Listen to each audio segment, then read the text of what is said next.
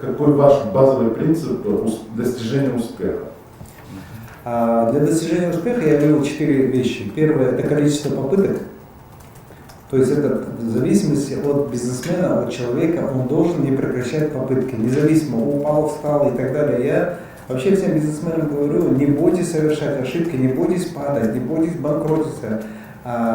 Сейчас нету людей, которые не совершают ошибки. Даже на Западе сейчас инвесторы с большим удовольствием инвестируют деньги в такого бизнесмена, у которого есть опыт банкротства. Поэтому не бойтесь ошибаться, важно быстро исправлять и вставать.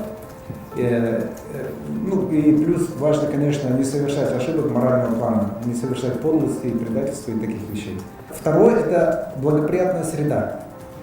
Для успеха нужна благоприятная среда. Благоприятная среда, я многим бизнесменам говорю, если вас, например, не устраивает Кыргызстан, вы можете уехать в Америку, вы можете уехать в Европу. Но даже находясь в Кыргызстане, вы можете изменить среду. Просто прекратите общаться со своими там сослуживцами старыми, одноклассниками. Но в целом есть разные категории общения. Вы с родственниками общаетесь не для того, чтобы развиваться, вы с ними общаетесь, чтобы поддерживать родственные отношения. Со старыми друзьями, сослуживцами, одноклассниками тоже надо общаться именно по этому принципу, как с родственниками, просто поддерживать отношения. А вот ваша повседневная среда должна быть такая среда, где люди круче тебя, либо люди, как ты, нацелены на развитие. Отпишитесь во всех соцсетях от всех людей, за исключением тех, на кого вы хотите быть похожими. Вот даже этим самым вы формируете свою среду.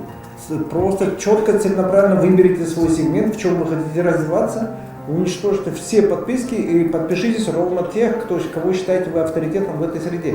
А потом, по мере прочтения тех людей, будут ссылки на других таких же людей, и вы таким образом сформируете свою информационную повестку дня. Плюс вступайте в разные бизнес-клубы и общайтесь с бизнесменами, либо, если вы художник, общайтесь с художниками, и при этом всегда общайтесь с теми, кто круче вас. Вот это очень важно. Это среда. Третий фактор, который влияет на ваш успех, это ваша личная эффективность. Это напрямую связано с саморазвитием. Постоянно изучайте, развивайтесь. Ваша эффективность напрямую влияет на вашу степень вашей успешности. И четвертый момент – это, конечно же, удача. Удача и везение. Удача и везение делятся на две категории. Одна категория – чистая случайная удача и везение. Она приходит всем людям примерно как в лотерею. Никто не знает, кому как.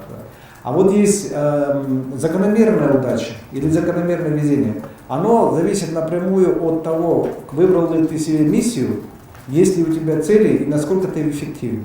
Вот смотрите, если человек вот так стоит, у него нет цели, он вынужден двигаться на 360 градусов.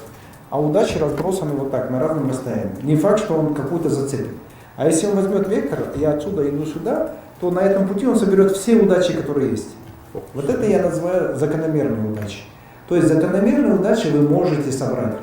Поэтому 4 фактора достижения успеха – это количество попыток, благоприятная среда, ваша личная эффективность и удача везения.